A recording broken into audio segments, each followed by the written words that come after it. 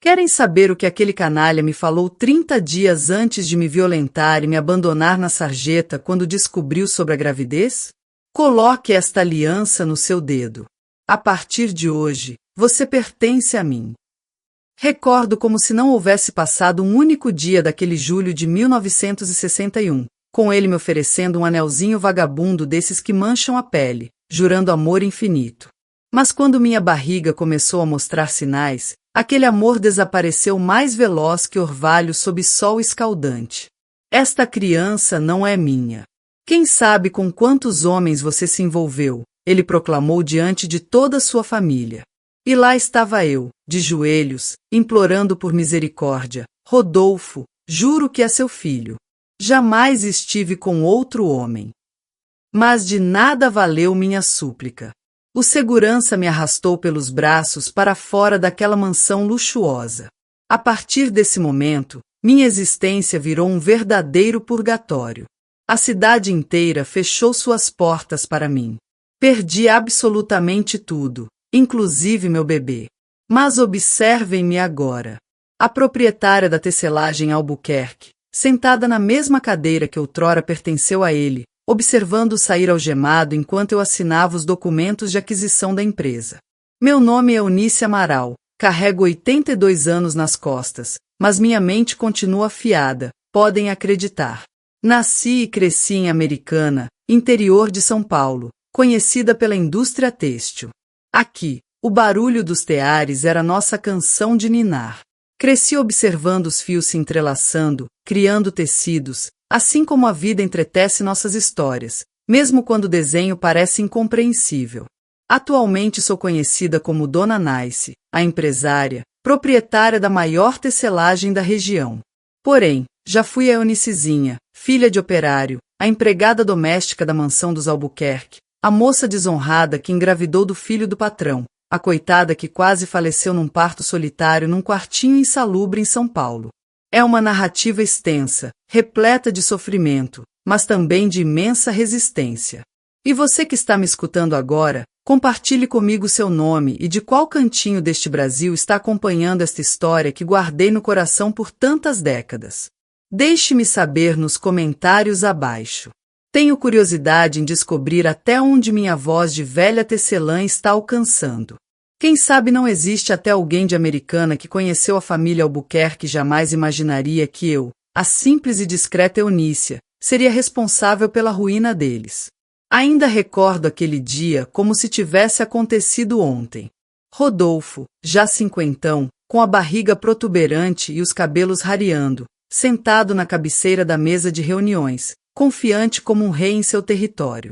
Coitado, não fazia ideia de quem era tal Clara Santos que havia comprado secretamente quase todo o seu patrimônio.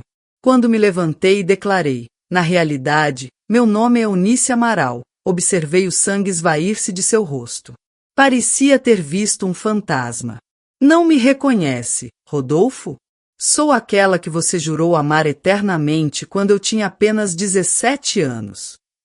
Foi nesse momento que coloquei sobre a mesa os documentos que comprovavam toda a fraude fiscal que sua família vinha cometendo há anos. Olhei profundamente em seus olhos e proclamei, além de adquirir sua empresa falida, trouxe um presente especial para você. A Receita Federal está lá fora, aguardando. Vê-lo saindo algemado daquela sala foi a sensação mais gratificante que experimentei na vida. 20 anos planejando, esperando o momento perfeito. O homem que destruiu minha juventude agora estava arruinado. E eu, a menina que ele jogou no lixo, era proprietária de tudo que um dia lhe pertenceu. Hoje estou aqui, neste escritório que outrora pertencia ao pai dele. Retirei aquele retrato horroroso do velho Albuquerque que ficava atrás da escrivaninha e coloquei uma fotografia das minhas costureiras. Da minha poltrona de couro, posicionada exatamente no centro da sala, consigo observar todo o galpão de produção através dos janelões.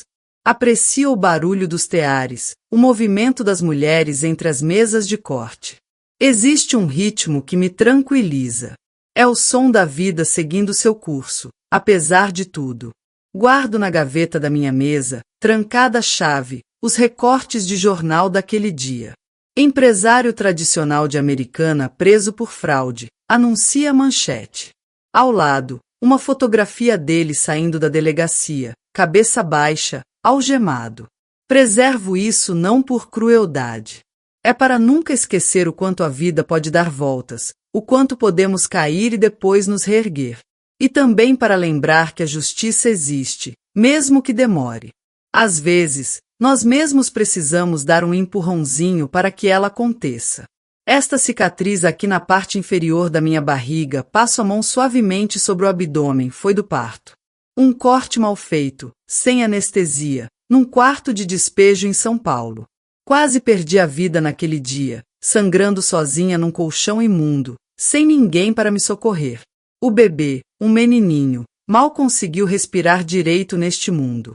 Naquela noite sombria, deitada naquele colchão manchado de sangue, jurei que não morreria assim, que sobreviveria e voltaria para acertar as contas. E foi exatamente o que fiz.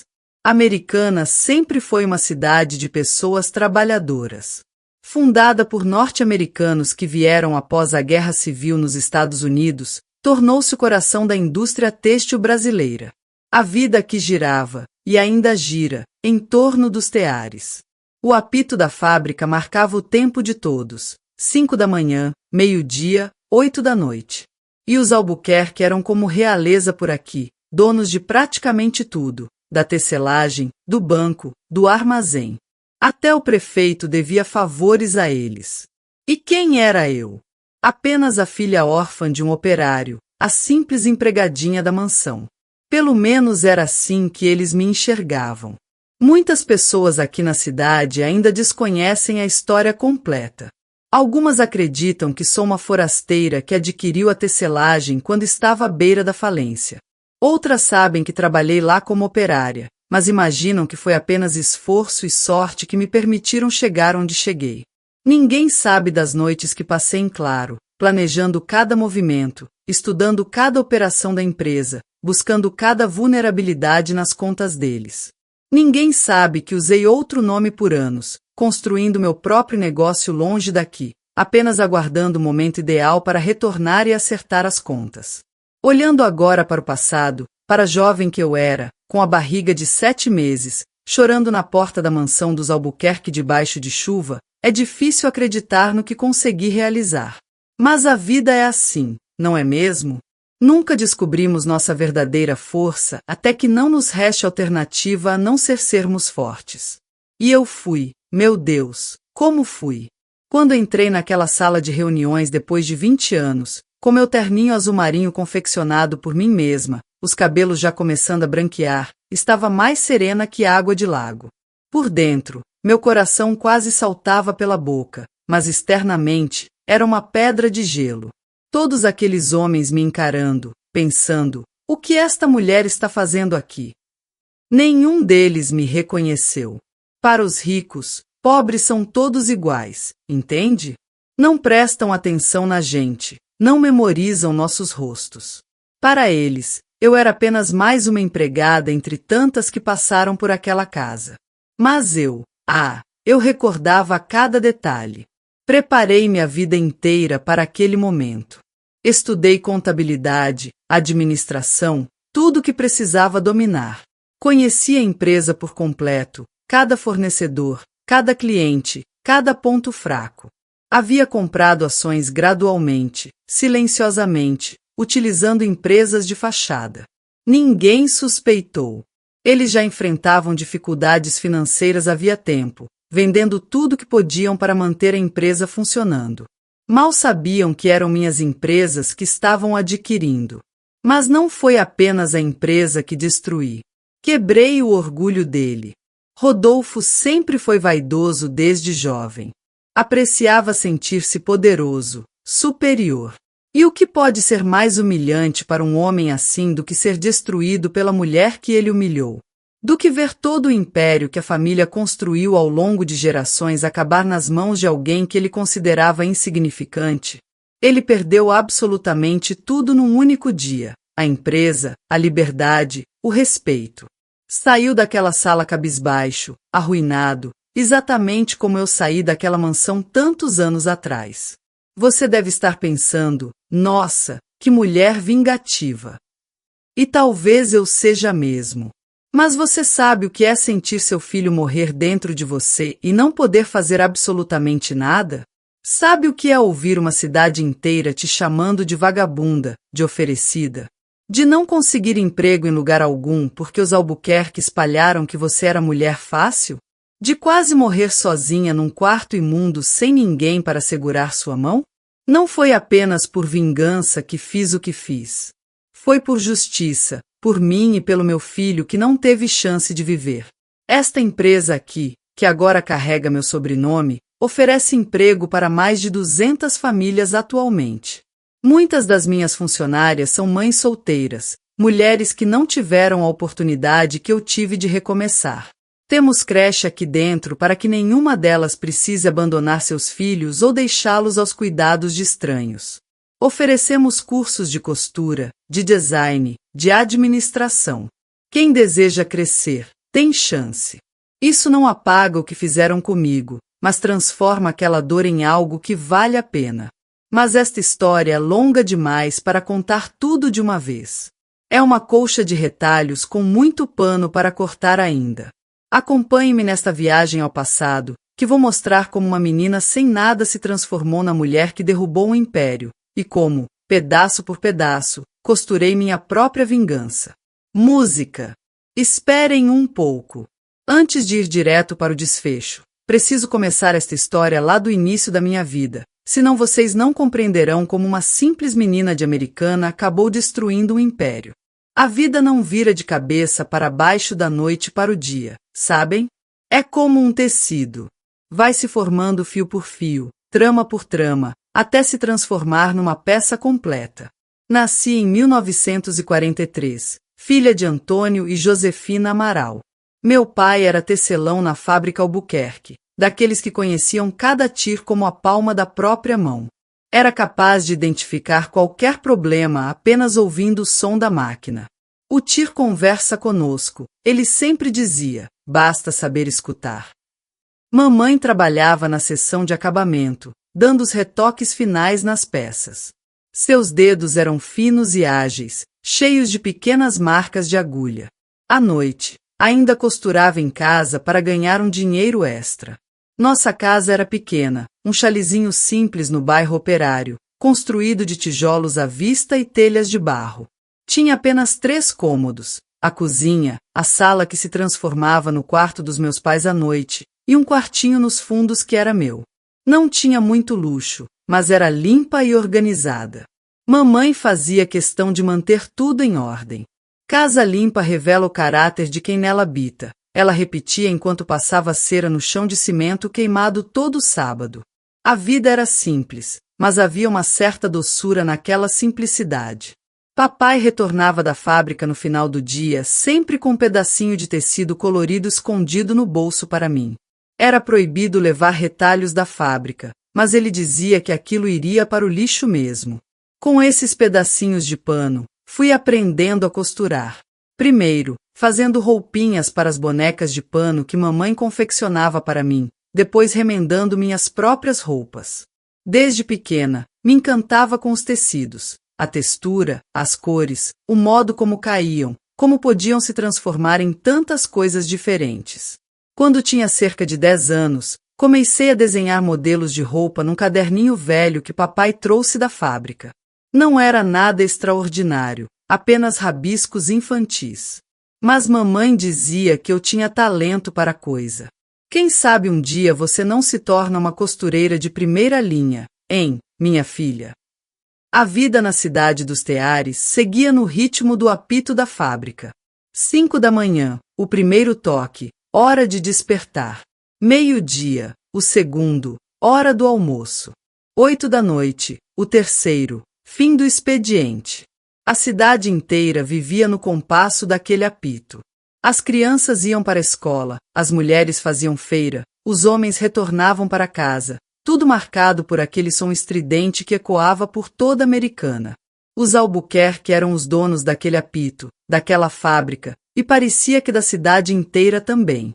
O velho Albuquerque, pai do Rodolfo, era um homem de quase 2 metros de altura, sempre vestindo terno escuro, mesmo no calor mais intenso. Percorria a fábrica com uma bengala de madeira escura, que usava mais para apontar defeitos do que para se apoiar. Os operários tremiam quando ele aparecia. Era exigente ao extremo e de mão fechada, pagava o mínimo possível e exigia o máximo de cada um. A família deles residia numa mansão no alto da colina, de onde se avistava a cidade inteira. Uma casa enorme de 2 andares, com jardim na frente e uma varanda que contornava tudo. De lá de cima, eles nos observavam lá embaixo, como reis contemplando seus súditos. E não era apenas a fábrica que possuíam. Eram proprietários do único banco da cidade, de metade das terras ao redor, e até o prefeito devia favores a eles. Nada acontecia em Americana sem que os Albuquerque soubessem ou aprovassem. Minha vida mudou completamente quando completei 15 anos.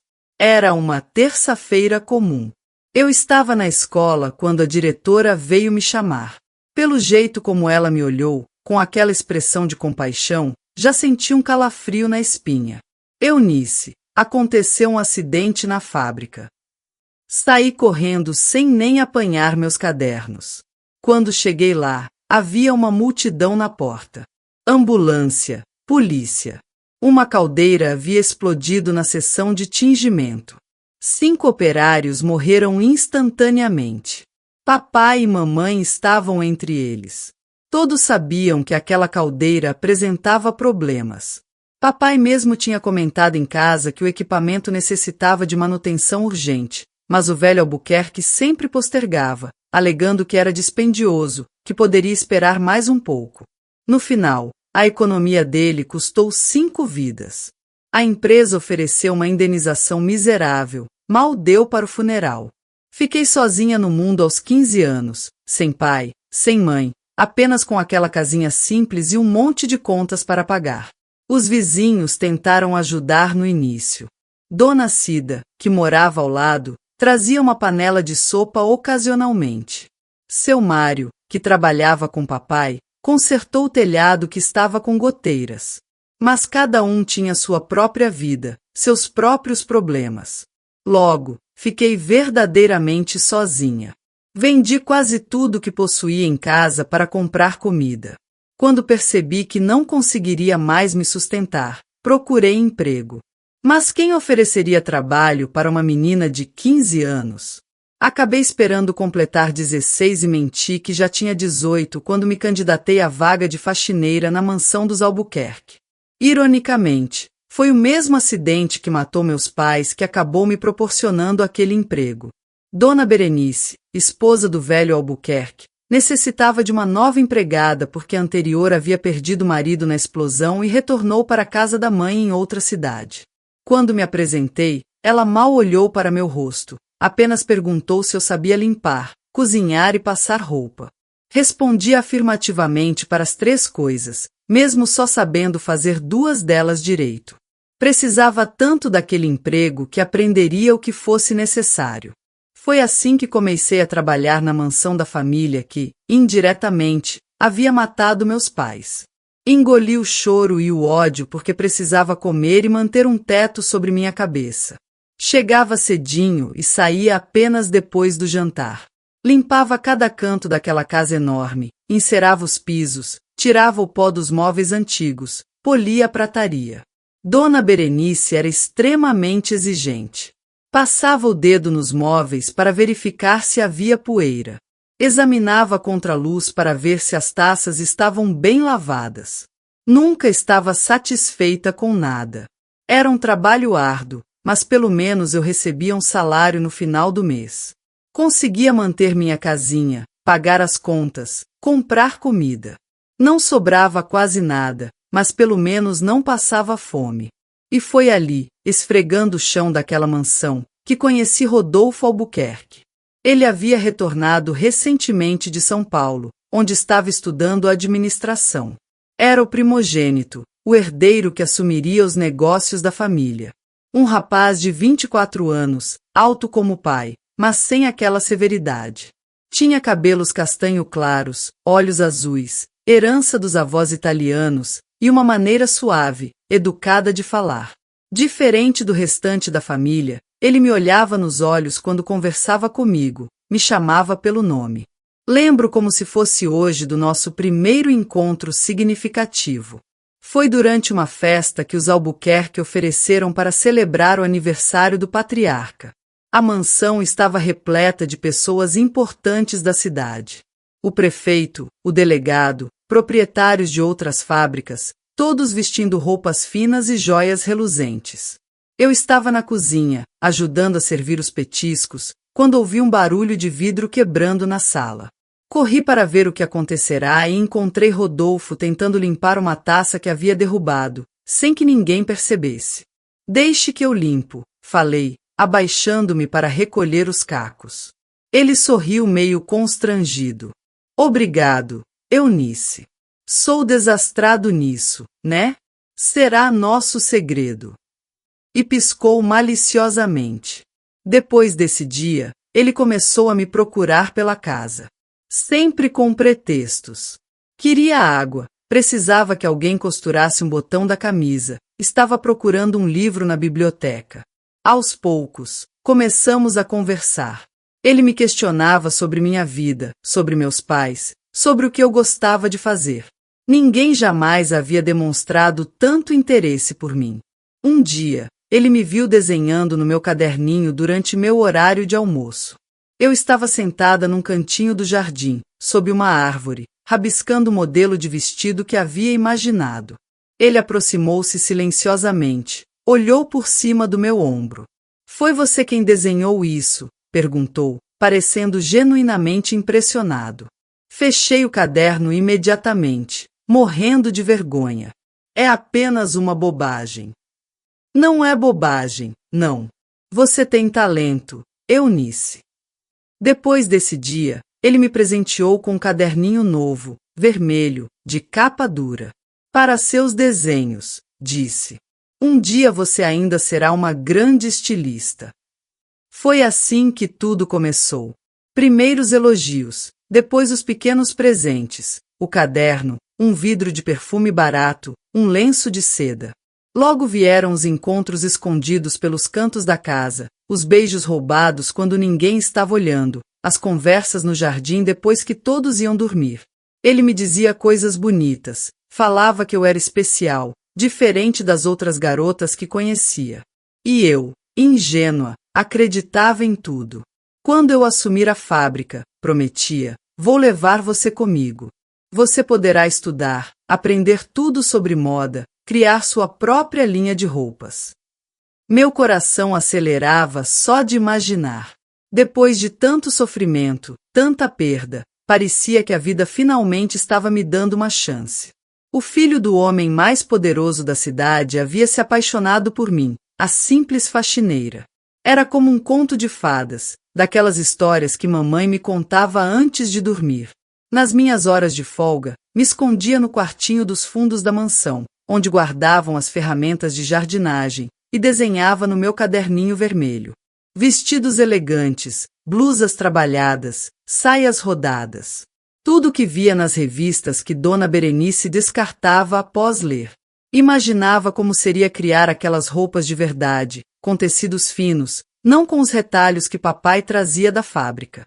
Meus queridos, antes de prosseguir com esta história, que ficará bem mais intensa, gostaria de fazer um pedido. Estão vendo aquele botão branco escrito inscreva-se logo abaixo do vídeo? Se pudessem clicar nele, ajudariam muito este canal, Vovós do Brasil, a continuar compartilhando histórias como a minha. É apenas um clique, não custa nada, e garante que outras avós brasileiras possam dividir suas experiências. Às vezes, pensamos que nossa história não tem importância, mas quantas mulheres podem encontrar inspiração para não desistir quando ouvem o que vivenciamos? Agora, voltemos à minha narrativa, porque o que vem a seguir é apenas o começo do meu calvário. Rodolfo foi ficando cada vez mais ousado.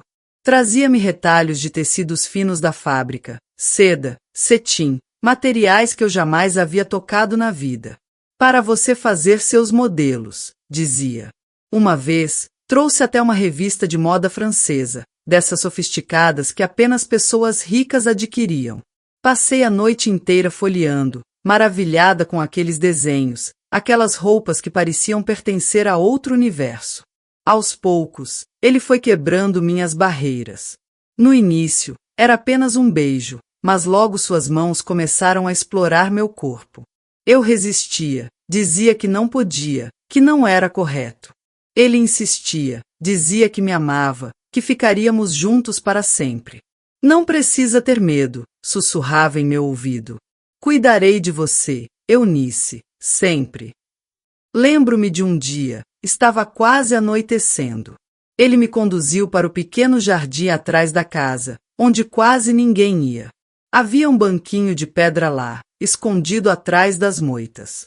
Entregou-me uma caixinha pequena, dessas de veludo que guardam joias. Dentro havia um anelzinho fino, dourado. É ouro verdadeiro, ele afirmou orgulhoso. Mandei trazer de São Paulo especialmente para você. Fiquei sem palavras. Nunca havia recebido algo tão refinado na vida. Ele pegou o anel, segurou minha mão com delicadeza e o colocou em meu dedo. Serviu perfeitamente, como se tivesse sido feito para mim. Coloque este anel no dedo. A partir de hoje, você é minha, ele proclamou, olhando intensamente em meus olhos. Um dia será oficializado, mas por enquanto, é nosso segredo. Naquela noite, no quartinho de despejo, fiz o que toda garota apaixonada faz quando acredita ter encontrado o amor verdadeiro. Entreguei-me de corpo e alma, acreditando em cada palavra, cada promessa. Era minha primeira vez e doeu. Mas pensei que fosse normal. Achei que a dor fizesse parte. Ele foi gentil, paciente, disse que seria melhor na próxima vez. E realmente foi. Logo aquele quartinho tornou-se nosso esconderijo, nosso refúgio secreto. Ele vinha quase todas as noites, quando os pais já estavam dormindo. Foi uma época de sonhos, aqueles meses. Eu, que havia perdido tudo, subitamente tinha um futuro pela frente. Rodolfo falava que assim que assumisse o controle da fábrica, me levaria com ele, que eu teria meu próprio ateliê, poderia estudar moda, criar minhas próprias coleções. Você tem bom olho para tecidos, elogiava, admirando meus desenhos. Nasceu para isso, Eunice. Eu me imaginava morando na mansão, não mais como empregada, mas como a senhora da casa. Imaginava mostrando meus desenhos para clientes elegantes, tendo meu nome em etiquetas de roupas refinadas. Sonhava em transformar a vida das operárias da fábrica, melhorar as condições de trabalho, evitar que acidentes como o que matou meus pais acontecessem novamente. Era jovem, ingênua, cheia de sonhos tolos. Então veio o atraso. No início, achei que fosse estresse, que fosse por causa das horas extras que Dona Berenice me obrigava a fazer quando havia festas na mansão. Mas quando o enjoo começou, junto com o peito dolorido e a fadiga, senti aquele frio na barriga. Estava grávida. Aos 17 anos, solteira, órfã, empregada doméstica, sem ninguém no mundo além do homem que havia colocado aquele bebê em minha barriga. Chorei a noite inteira quando tive certeza. Não de tristeza, não. Era medo misturado com esperança. Medo do que aconteceria, das dificuldades que enfrentaria, mas esperança também. Afinal, Rodolfo me amava, não amava? Tinha me dado um anel, tinha feito promessas, agora teria que cumpri-las. Agora não seríamos apenas nós dois, seríamos uma família. Aguardei o momento adequado para contar a ele. Acabei escolhendo um domingo, quando a família havia saído para a missa e ele ficou em casa, alegando estar com dor de cabeça. Encontrei-o na biblioteca, lendo o jornal. Entrei silenciosamente, tremendo como vara verde. Rodolfo, chamei baixinho. Preciso te contar uma coisa. Ele me olhou de um jeito tão afetuoso que me deu ainda mais coragem. O que foi, Eunice? Nós vamos ter um bebê. Jamais esquecerei como a expressão dele se transformou. O sorriso desapareceu num piscar de olhos. O olhar carinhoso tornou-se frio, distante. Era como se tivesse colocado uma máscara, como se o homem que eu conhecia tivesse desaparecido, deixando apenas um estranho em seu lugar. Está falando sério? Ele questionou. A voz agora dura.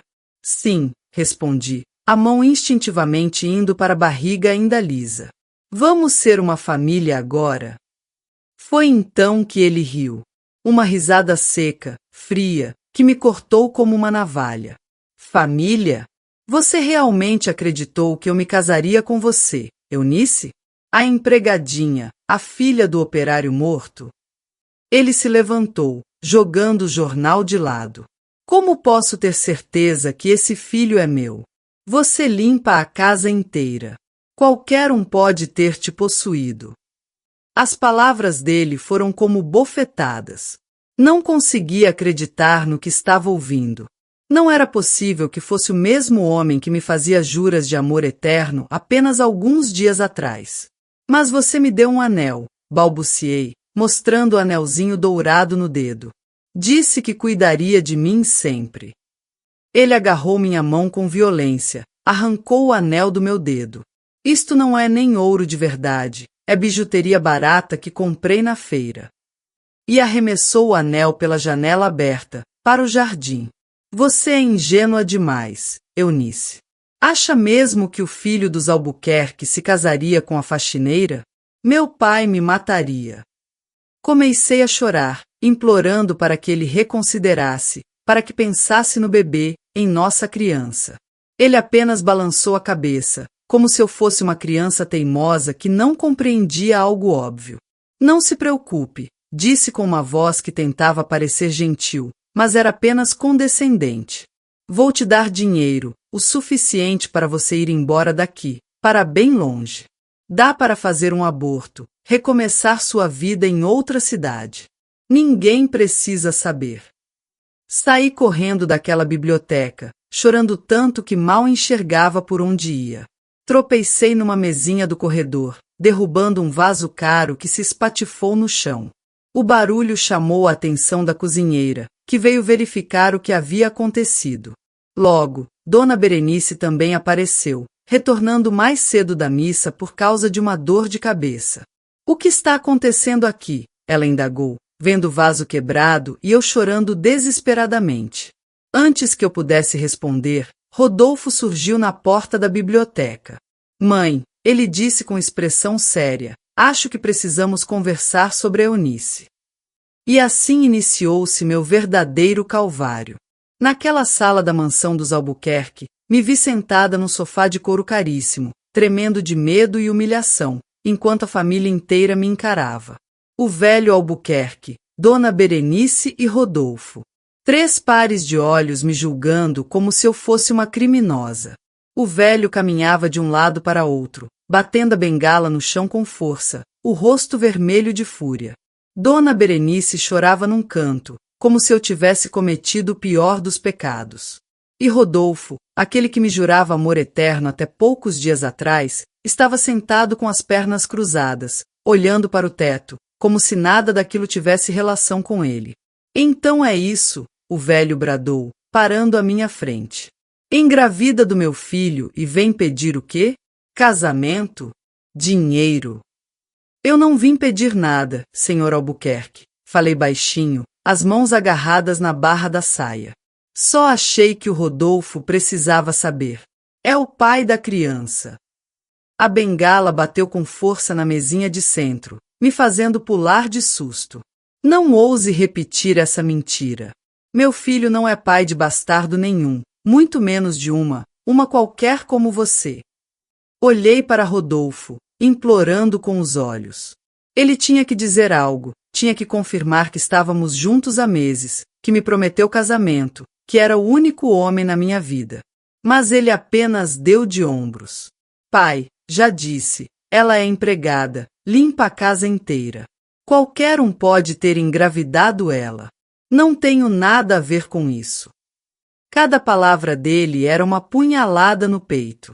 Não conseguia acreditar que aquele era o mesmo homem que me abraçava no escuro, que me chamava de meu amor, que fazia planos para o futuro comigo. Foi Dona Berenice quem veio com a proposta, depois de se recompor um pouco. Abriu a bolsa, retirou um envelope e jogou na mesa à minha frente. Tem dinheiro suficiente aí para você ir embora de Americana, bem longe. Comprar passagens, se estabelecer em outra cidade, resolver esse problema. A maneira como ela pronunciou problema, com nojo na voz, deixou claro que estava se referindo ao meu bebê. Levantei-me num impulso, a mão na barriga ainda lisa. Eu não quero seu dinheiro. Quero que o Rodolfo assuma o filho dele. O tapa veio de repente, ardendo em minha face.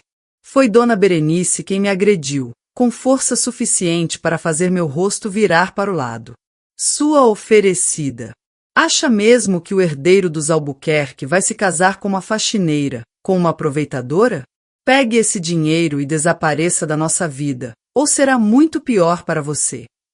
Saí daquela mansão aos prantos, sem o dinheiro, sem o emprego, apenas com a roupa do corpo e um bebê no ventre. Mas isso era apenas o começo do inferno. Na mesma tarde, já circulava o boato pela cidade inteira. A faxineira dos Albuquerque engravidou e agora quer dar o golpe no herdeiro. Aquela menina sem vergonha tentou seduzir o rapaz. Ouvi dizer que ela já dormiu com metade dos empregados da mansão. As mentiras se espalharam mais rapidamente que fogo em palha seca. Logo, quando eu passava na rua, as mulheres cochichavam, os homens davam risadinhas, as senhoras mais velhas faziam o sinal da cruz. Eu, que nunca havia dado motivo de fofoca para ninguém, tornei-me a vergonha de Americana da noite para o dia. Precisava trabalhar, sustentar a mim e ao bebê que estava crescendo. Fui procurar emprego, mas cada porta em que batia se fechava na minha cara. Na padaria, não preciso de ninguém agora. Na farmácia, já contratei outra pessoa. Na loja de tecidos, não quero mulher grávida atendendo clientes. Em todo lugar, a mesma história.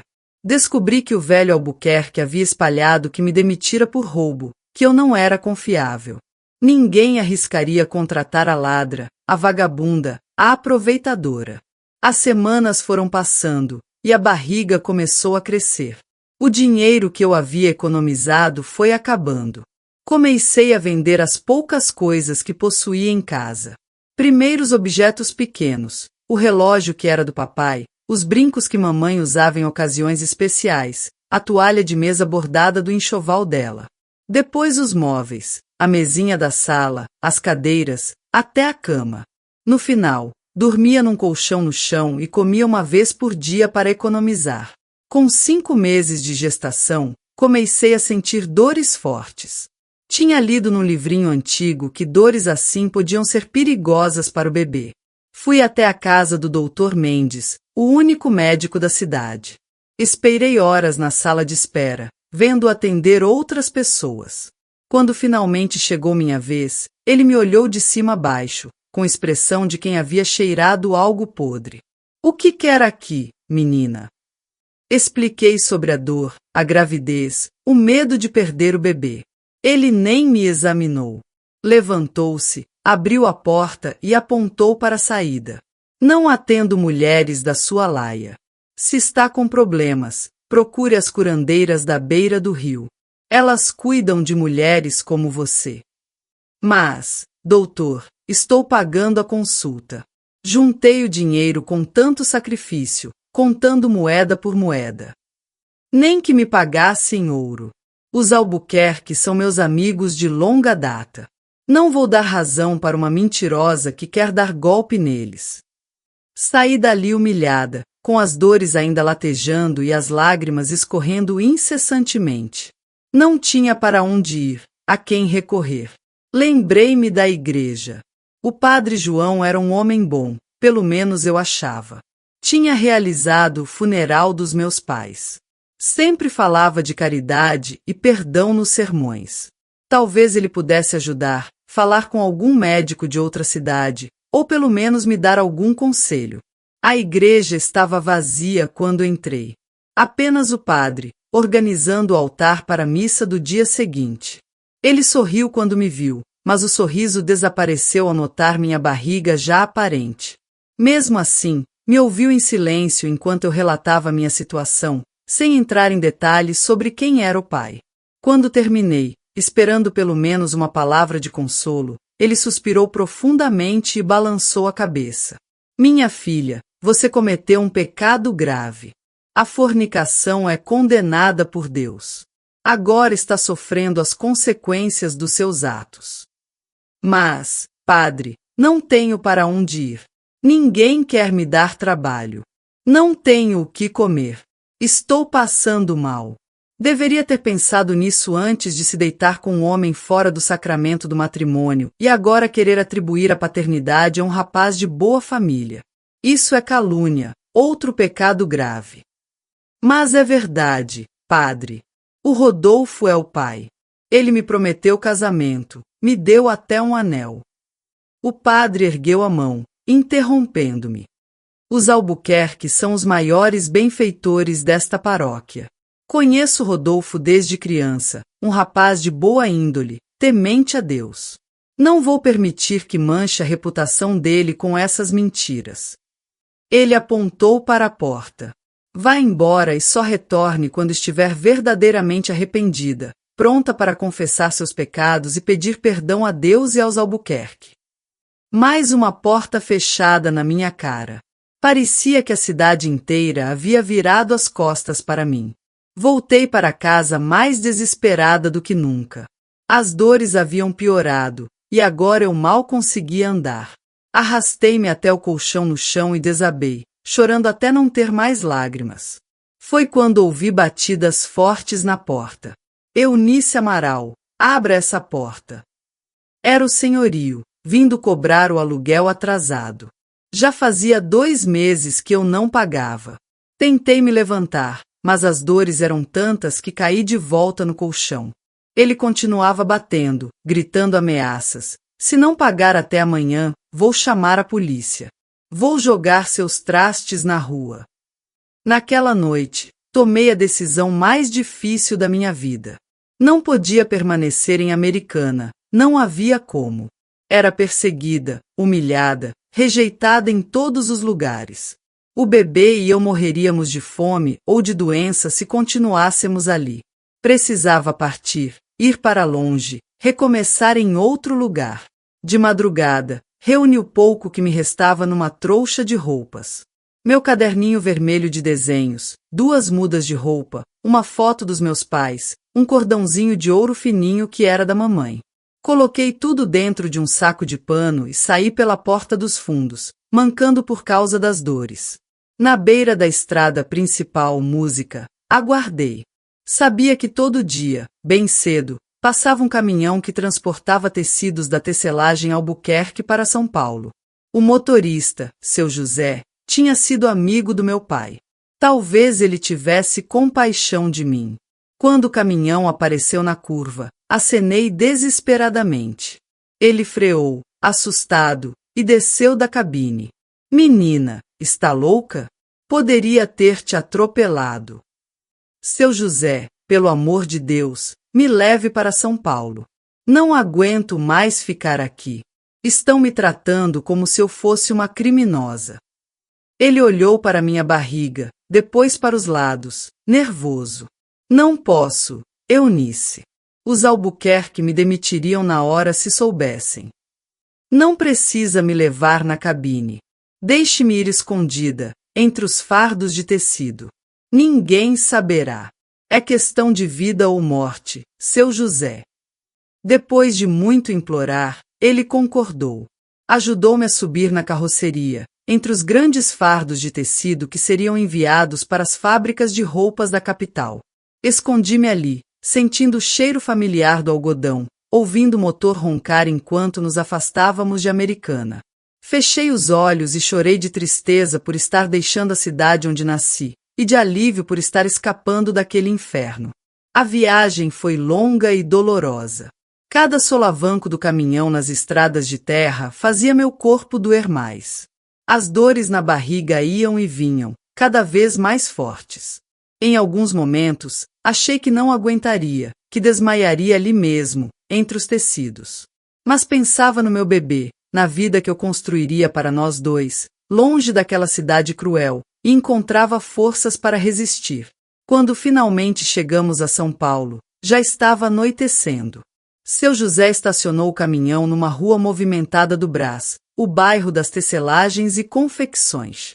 Ajudou-me a descer, deu-me o que restava da marmita dele e algumas moedas. É tudo o que posso fazer por você, menina. Que Deus te proteja. Me vi sozinha numa cidade enorme, barulhenta, assustadora. Os prédios pareciam engolir o céu. Os carros buzinavam incessantemente. As pessoas passavam apressadas, sem nem olhar umas para as outras. Eu, uma garota do interior que nunca havia saído de Americana, me senti minúscula, insignificante. Caminhei sem rumo por algumas horas, até que a fome e o cansaço me venceram.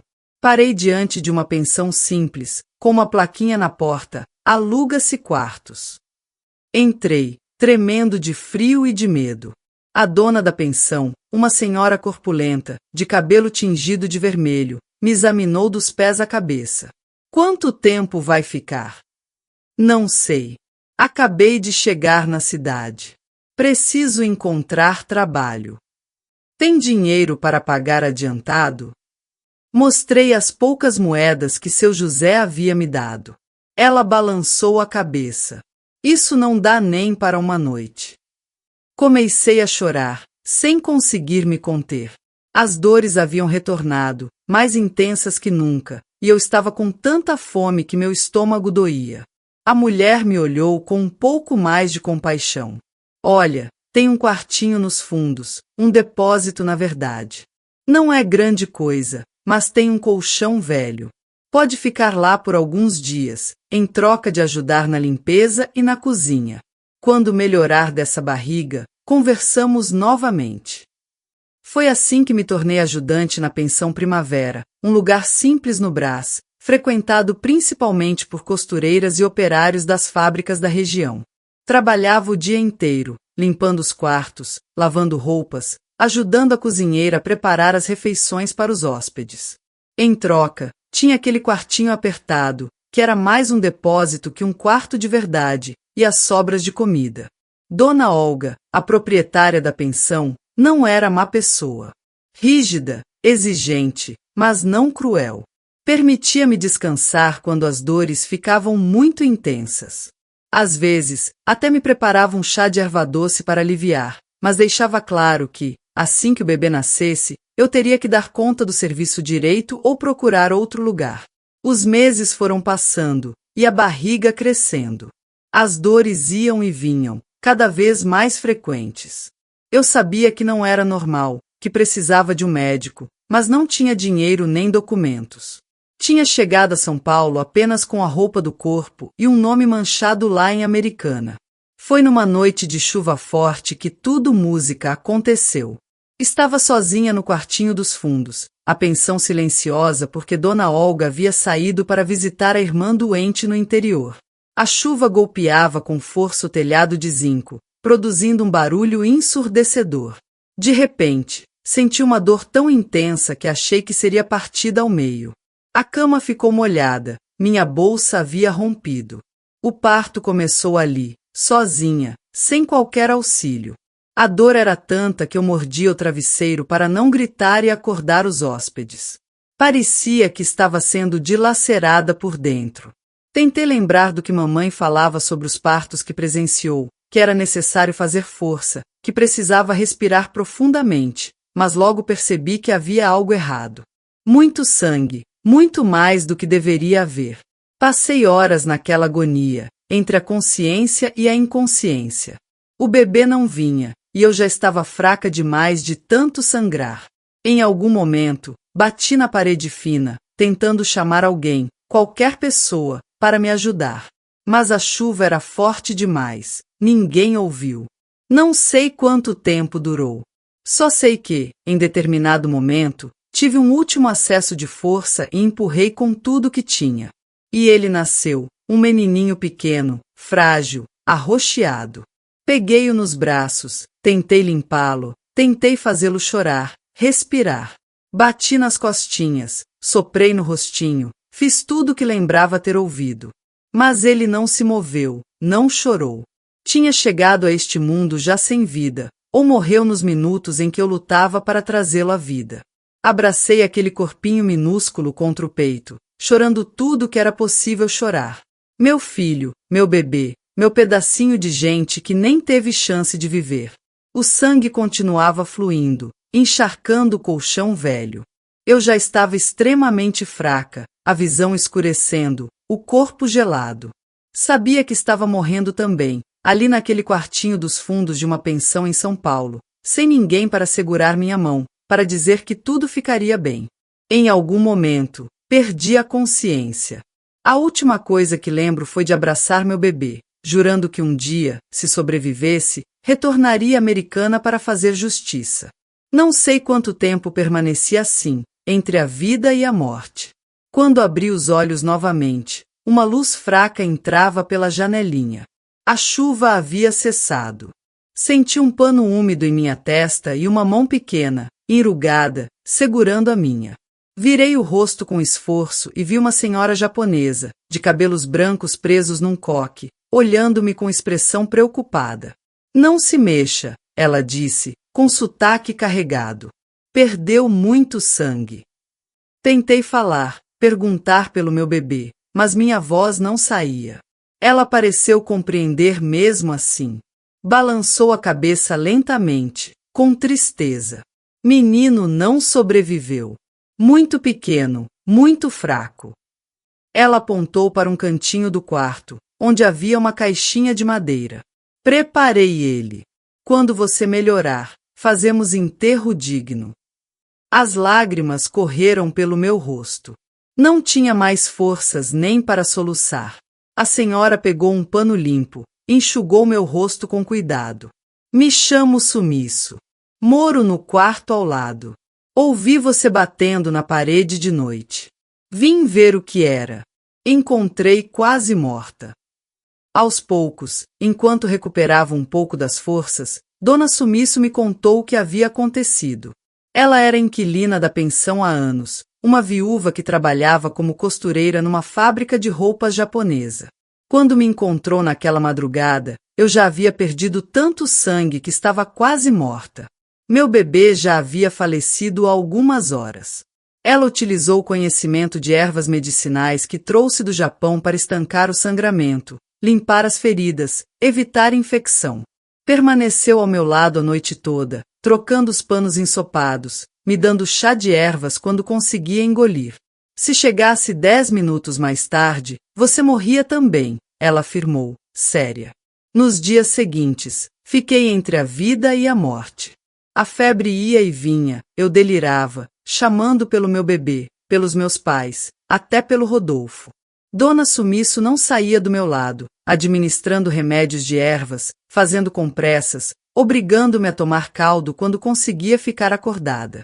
Agora, antes de contar como sobrevivi àquela noite e o que fiz depois, quero ver quem tem coragem de deixar um like neste vídeo, porque o que vem por aí é tão intenso que aposto que você aí do outro lado nem vai aguentar apertar esse polegar azul depois de ouvir.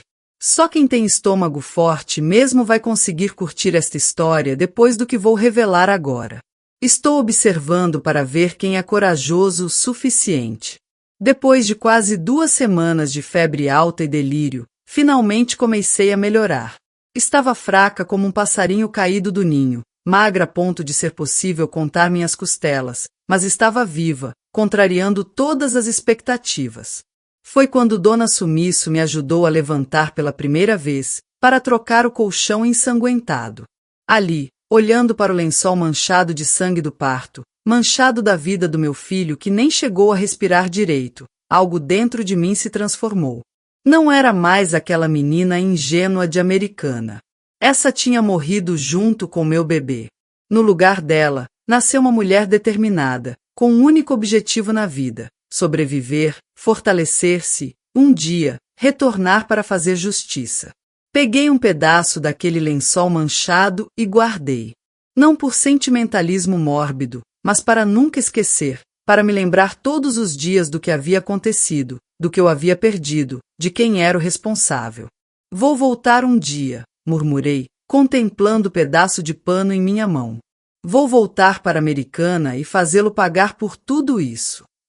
Dona Sumiço não questionou nada, apenas assentiu com a cabeça. Primeiro viver, depois vingança. Nas semanas seguintes, continuei debilitada, mal conseguindo levantar da cama. Dona Olga retornou de viagem e, quando viu meu estado, ficou horrorizada. Por sorte, Dona Sumiço já havia convencido a me permitir ficar até que me recuperasse. Contou que eu havia perdido o bebê, quase morrido, que precisava de tempo. Dona Sumiço cuidava de mim como se fosse minha mãe. Trazia sopa de legumes e chá de ervas medicinais, me ajudava a tomar banho, trocava os curativos. Aos poucos, fui recuperando as forças. Sentava na cama, depois consegui dar alguns passos. Enfim, comecei a ajudar nas tarefas mais leves da pensão. Todas as noites, Dona Sumiço sentava ao lado da minha cama e me relatava a história da vida dela no Japão, de como veio para o Brasil adolescente para casar com um homem que só conhecia por fotografia, de como sobreviveu à perseguição durante a guerra, de como reconstruiu a vida depois que o marido faleceu. Histórias de luta, de sobrevivência, de determinação. Vida dura faz pessoa forte, ela dizia, segurando minhas mãos. Como o bambu, dobra na tempestade, mas não quebra. Um dia, quando já estava mais forte, encontrei no fundo da minha trouxa aquele vestido azul claro que Rodolfo havia me dado, feito de um tecido fino da fábrica. Eu o havia guardado com tanto carinho, acreditando que era a prova do amor dele. Olhei para o vestido por muito tempo, passando a mão no tecido macio. Depois, numa decisão súbita, peguei a tesoura de Dona Sumiço e comecei a cortar. Cortei em tiras, em pedaços, destruindo aquele símbolo do que acreditei ser amor. Dona Sumiço me observava em silêncio, da porta. Quando terminei de cortar, olhei para os retalhos espalhados pelo chão e comecei a chorar. Não era apenas um vestido que estava despedaçando, eram minhas ilusões, minha ingenuidade. Dona Sumiço entrou sem dizer nada e sentou-se ao meu lado. Pegou um dos retalhos, depois outro, começou a organizá-los num padrão. Material bom, ela disse finalmente. Não desperdiça. Faz coisa nova. Naquela mesma noite, ela me trouxe agulha, linha, e me ensinou a costurar do jeito correto, do jeito profissional. Você desenha, eu ensino a costurar. Juntas fazemos roupa bonita. E assim, com os retalhos do vestido que simbolizava minha dor, comecei a costurar algo novo. Não sabia ainda, mas era o início da minha renascença, da minha vingança, um ponto de cada vez, remendando não só o tecido, mas minha própria alma despedaçada. Nas semanas que se seguiram após aquele parto terrível, comecei a aprender verdadeiramente a arte da costura com Dona Sumiço. Não era apenas costurar por costurar, unir tecido com linha, era uma arte, uma ciência quase. Cada tipo de tecido exigia um tipo de ponto. Cada modelo requeria um corte diferente. Dona Sumiço havia trabalhado em ateliês de alta costura no Japão antes de vir para o Brasil. E depois, em São Paulo, costurou para as damas mais exigentes da cidade. Olhe treinar igual mão, ela dizia, me mostrando como reconhecer a qualidade de um tecido apenas olhando, tocando. Me ensinava os segredos das fibras, da trama, da caída. Roupa boa começa no tecido, depois no corte, só depois na costura. Em pouco tempo, já auxiliava nos trabalhos que realizava para as clientes particulares. Ajustes em vestidos finos, consertos em roupas importadas, pequenas modificações em modelos que as senhoras compravam na cidade. Enquanto isso, continuava desenhando no meu caderninho vermelho que trouxera de Americana. Mas agora meus desenhos eram diferentes. Não eram mais sonhos infantis de uma menina. Era um projeto de uma mulher que começava a compreender o negócio da moda por dentro. Foi Dona Sumiço quem sugeriu que eu criasse um nome novo.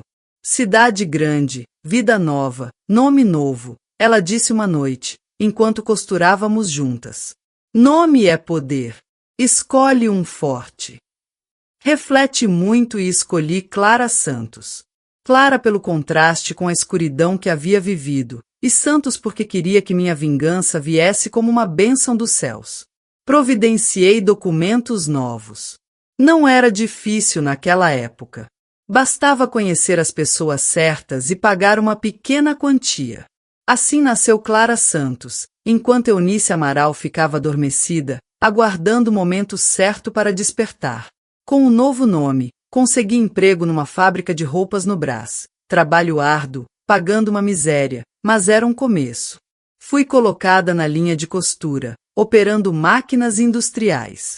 O ruído das máquinas me lembrava os teares da infância em Americana, mas em vez de me entristecer, aquilo me fortalecia. Cada peça que costurava era um passo no meu plano. Observava tudo, aprendia cada detalhe do processo. Como os tecidos chegavam, como eram cortados, costurados, acabados, como as peças eram precificadas, distribuídas, vendidas. Fazia perguntas, me oferecia para ajudar em outras sessões quando terminava meu trabalho. O gerente achava que eu era apenas uma funcionária dedicada. Não imaginava que eu estava acumulando conhecimento para um dia ter meu próprio negócio. Vivia com o mínimo possível. Dividia um quartinho com Dona Sumiço na pensão, comia o básico. Não gastava com nada que não fosse essencial. Cada centavo que sobrava ia para dentro de uma lata de leite em pó que guardava debaixo da cama. Era pouco, mas juntando mês a mês começou a se transformar em alguma coisa. Nas horas de folga, geralmente aos domingos, confeccionava peças especiais com os retalhos que trazia da fábrica, materiais que iriam para o lixo mesmo, exatamente como papai fazia. Criava blusas, saias, vestidos simples, mas bem acabados, com detalhes diferenciados que aprendia com Dona Sumiço. Vendia por preços acessíveis para as moças da pensão, para as vizinhas do bairro. Não gerava muito dinheiro, mas ia divulgando meu nome, ou melhor, o nome de Clara Santos. 2 anos após chegar em São Paulo, já falava com propriedade sobre tecidos e costura, mas sabia que precisava de mais conhecimento se quisesse progredir. Não bastava saber fazer roupas, precisava entender de negócios. Foi quando comecei a frequentar cursos noturnos. Primeiro de contabilidade básica, depois de administração. Estudava com pessoas mais velhas, mais instruídas, mas não me intimidava. Perguntava, anotava tudo, permanecia após as aulas para esclarecer dúvidas. O professor de contabilidade, seu Roberto, secretário que registrava a ata, todos paralisados pela cena que se desenrolava diante deles. E não voltei desarmada, prossegui, abrindo minha pasta. Além de ser a maior acionista individual da sua empresa, possuo aqui documentos que comprovam um esquema de sonegação fiscal que vem acontecendo há anos sob sua administração. Coloquei os documentos sobre a mesa, espalhando para que todos pudessem visualizar. Notas fiscais adulteradas, relatórios financeiros com números manipulados, evidências de contas no exterior não declaradas. Já enviei cópias disso tudo para a Receita Federal, continuei. Eles devem estar chegando a qualquer momento. Como se fosse ensaiado, nesse exato instante, a porta da sala abriu-se e 2 homens de terno adentraram, identificando-se como fiscais da Receita. Eu havia formalizado a denúncia na semana anterior, programando tudo para coincidir com a reunião. Muitas pessoas me julgarão por ter dedicado 20 anos da minha vida planejando essa vingança, por ter empregado todo o meu talento e inteligência não apenas para construir meu próprio sucesso, mas para destruir quem me destruiu. Diga-me sinceramente, você considera errado o que fiz? Teria agido diferentemente no meu lugar, perdoado quem arruinou sua vida, seu filho, sua dignidade? Compartilhe comigo nos comentários o que pensa a respeito. Rodolfo tentou negar tudo, evidentemente. Alegou que era perseguição, que os documentos eram falsificados, que eu era uma louca vingativa, mas as provas eram contundentes demais. Os fiscais levaram tudo, inclusive Rodolfo, algemado, para prestar depoimento. A imagem dele deixando a sala de reunião, cabisbaixo, os pulsos presos nas algemas, foi a concretização de um sonho que alimentei por 2 décadas. O homem que havia destruído minha juventude, que me chamou de vagabunda, que rejeitou o próprio filho, agora estava arruinado. E eu, a menina que ele descartou como lixo, era proprietária de tudo que um dia lhe pertenceu. Quando as portas do elevador se fecharam, levando Rodolfo embora, senti uma mistura de emoções me invadir. Não era exatamente alegria, nem satisfação. Era como se um peso enorme tivesse sido removido das minhas costas, como se finalmente pudesse respirar profundamente depois de 20 anos sustentando a respiração. Os demais acionistas me observavam com uma combinação de temor e respeito. Ali mesmo propus comprar as ações deles. A maioria aceitou imediatamente. Quem desejaria permanecer sócio de uma empresa envolvida em escândalo fiscal? Os poucos que resistiram acabaram vendendo na semana seguinte, quando o caso repercutiu nos jornais e o valor das ações despencou ainda mais. Em menos de um mês, era proprietária de 100% da tecelagem Albuquerque. A primeira providência que tomei foi alterar o nome para Tecelagem Amaral. Depois, comecei a reformular completamente. Modernizei os equipamentos, aprimorei as condições de trabalho, implementei programas de capacitação para os funcionários. Retornei para a Americana não mais como Eunícia, a órfã, a empregadinha, a oferecida. Voltei como proprietária da maior empresa da cidade. As mesmas pessoas que me evitavam na rua agora se curvavam, me tratavam por Dona Eunícia, imploravam por emprego, por favores, por atenção. Rodolfo permaneceu 5 anos encarcerado por sonegação fiscal e fraude. Quando foi libertado, era um homem destruído, sem recursos, sem respeito, sem nada. Soube que sobrevivia de trabalhos temporários, vendendo quinquilharias na feira. Um desfecho apropriado para o homem que imaginou que poderia descartar pessoas sem consequências. E eu havia finalmente completado o ciclo. A vingança que planejei durante tanto tempo finalmente se materializou, mas descobri que a vingança, por mais gratificante que seja, não representa o fim da história. É apenas o início de um novo capítulo. Os 5 anos que Rodolfo passou na prisão por sonegação fiscal e fraude concederam-me tempo suficiente para revolucionar a tecelagem Amaral, nome com o qual rebatizei a antiga tecelagem Albuquerque assim que assumi o controle. Não desejava preservar nada daquele nome, nem uma letra sequer. Queria honrar meus pais, operários que faleceram devido à ganância daquela família. Era uma forma de declarar: vejam, pai, vejam, mãe, seu sobrenome agora está no portão da fábrica pela qual vocês sacrificaram a vida. Primeiramente, tratei de modernizar tudo. Os teares eram tão obsoletos que pareciam peças de museu, consequência da recusa de Rodolfo em investir em equipamentos modernos, interessado apenas em extrair o lucro. Importei máquinas da Alemanha, da Itália, do Japão. Os funcionários antigos ficavam estupefatos observando aqueles equipamentos chegando. Dona Eunícia, nunca presenciei algo assim, comentava seu Sebastião, que trabalhava na tecelagem desde jovem e já exibia os cabelos completamente grisalhos. Mas não era apenas no maquinário que eu almejava transformações. As condições de trabalho eram deploráveis, galpões sem ventilação adequada, refeitório imundo, banheiros que nem portas apropriadas possuíam. Determinei a reforma de tudo. Ampliei as janelas para permitir maior entrada de luz natural. Instalei sistemas de ventilação. Construí um refeitório novo, com alimentação de qualidade, não aquela comida intragável que serviam anteriormente. O que me proporciona maior orgulho, entretanto, foi modificar a maneira como os funcionários eram tratados. Eliminei um sistema de multas por atrasos que Rodolfo adorava aplicar. Implantei plano de saúde, criei um sistema de participação nos lucros. As pessoas não acreditavam no que estava acontecendo. É brincadeira, um tecelão antigo me questionou quando anunciei as mudanças. A senhora vai realmente dividir o lucro conosco? Quando perceberam que era verdade, a produtividade aumentou extraordinariamente.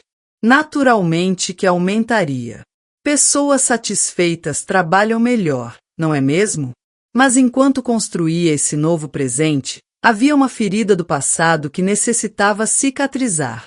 Meu filho, que nem nome recebeu, estava sepultado num caixãozinho improvisado, num cemitério em São Paulo. Assim que obtive condições, iniciei a busca. Não foi simples. Não existia registro oficial, já que ele nasceu e faleceu nos fundos de uma pensão. Tudo o que eu sabia era a data aproximada e que Dona Sumiço havia providenciado um enterro modesto. Dediquei meses visitando cemitérios, conversando com coveiros, examinando registros antigos e empoeirados. Foi num pequeno cemitério na periferia que finalmente encontrei um livro de registro amarelado, com a caligrafia trêmula de um funcionário que provavelmente já havia falecido há anos. Natimorto masculino sem identificação, sepultado em 12 de março de 1962. Na observação, algo que fez meu coração comprimir-se, acompanhado por uma senhora japonesa. O túmulo era apenas uma cruz de madeira já deteriorada, sem nome, sem identificação alguma. Caí de joelhos na terra úmida e chorei como não chorava desde aquela noite terrível.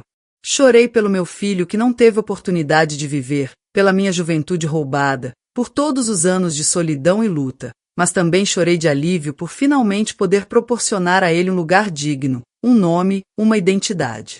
Encomendei um jazigo bonito, simples mas digno, uma placa de mármore com o nome que escolhi para ele, Antônio, como meu pai. E abaixo, filho amado de Eunice Amaral. Não incluí o sobrenome de Rodolfo. Ele não merecia estar ali. Desde então, todo dia 12 de março faço questão de comparecer pessoalmente. Levo flores brancas, sempre lírios, e permaneço algum tempo conversando com meu menino, narrando como foi o ano, como as coisas estão progredindo. Uma das primeiras iniciativas que adotei quando a tecelagem Amaral começou a gerar lucro foi estabelecer uma política especial de contratação de mulheres em situação vulnerável, principalmente grávidas solteiras, abandonadas, que ninguém mais estava disposto a empregar. Conhecia bem essa realidade, não é mesmo?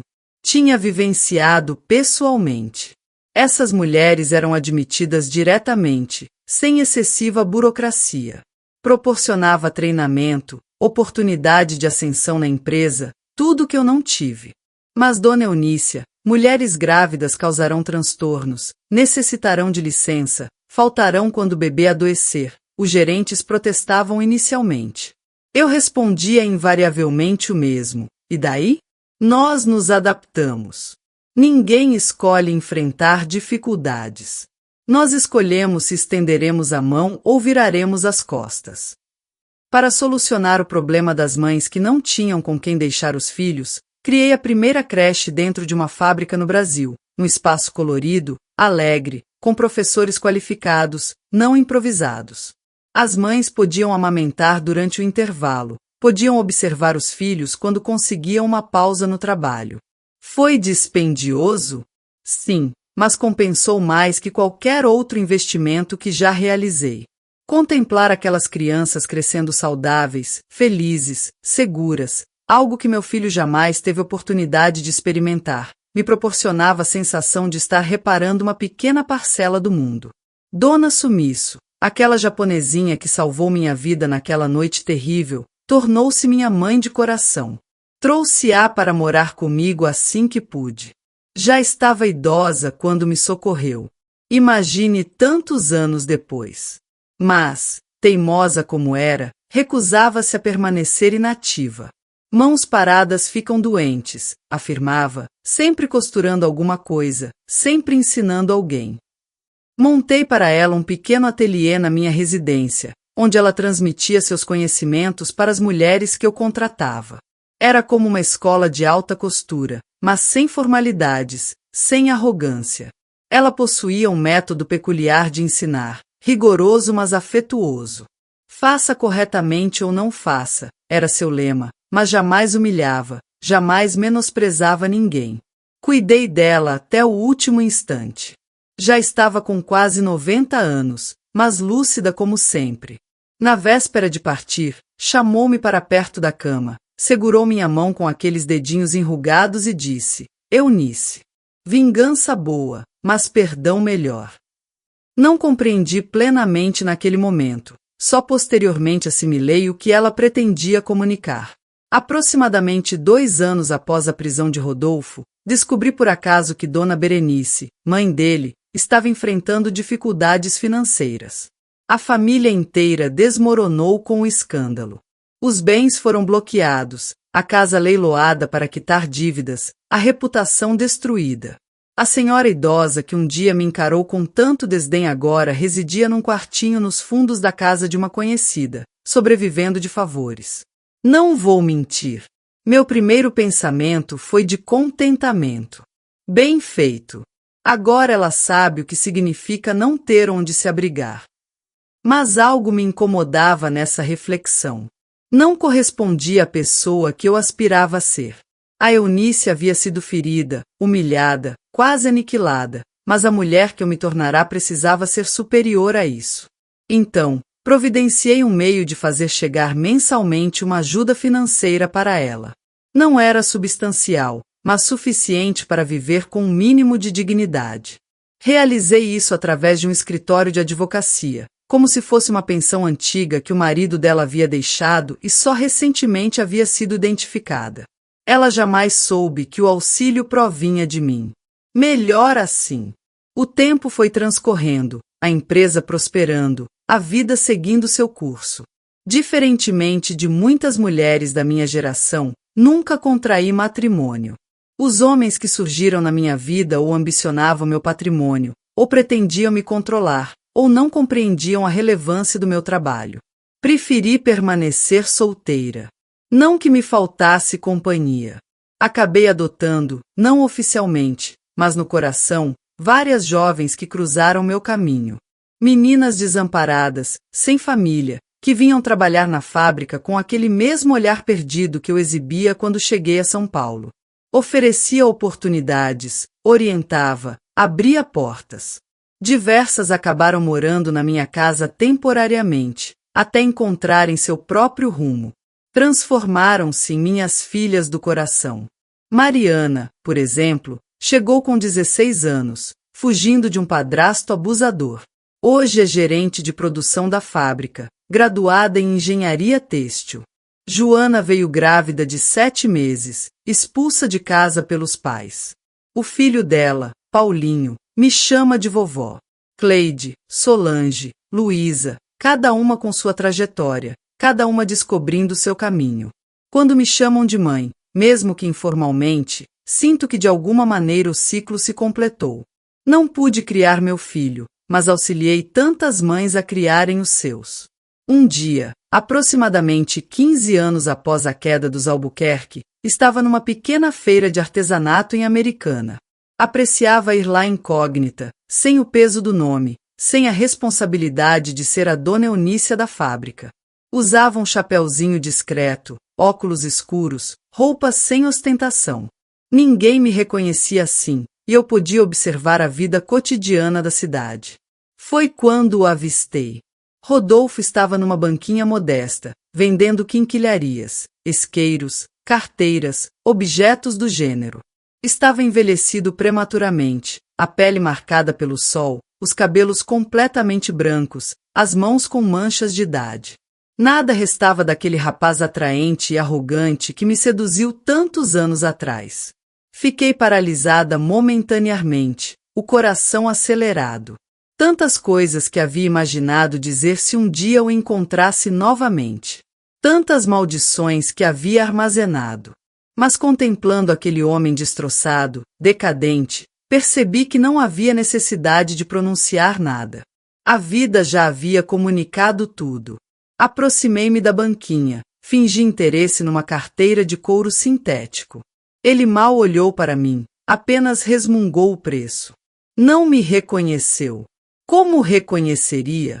A menina aterrorizada de 17 anos agora era uma mulher madura, bem vestida, confiante, com a postura de quem conhece seu valor. Adquiri a carteira, paguei com uma nota de valor elevado e informei que não precisava de troco. Ele arregalou os olhos, surpreso com a generosidade inesperada. Murmurou um obrigado, dona, e guardou o dinheiro rapidamente, antes que eu mudasse de ideia. Afastei-me dali com uma sensação peculiar. Não era a satisfação que imaginei que experimentaria. Era mais como se estivesse fechando um livro após ler a última página. A história havia terminado. Descartei a carteira na primeira lixeira que encontrei.